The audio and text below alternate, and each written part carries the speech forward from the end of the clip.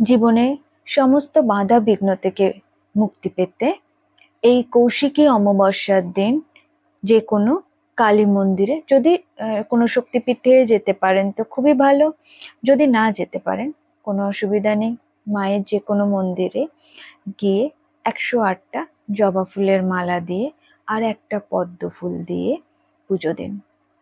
কালী মন্দিরেও যেতে পারছেন না, কোনো অসুবিধা নেই, নিজের বাড়িতে সন্ধ্যের পরে, যত রাত হবে ততই ভালো, মায়েকে 108টা জবা ফুলের মালা দিন, একটা পদ্ম ফুল দিন, মাকে ফল প্রসাদ দিয়ে পূজা করুন এবং 1008বার মা তারা মন্ত্র জপ করুন।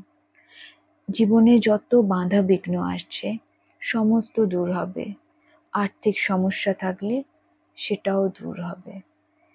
মা তারার কৃপা আপনার উপর সারা জীবন থাকবে।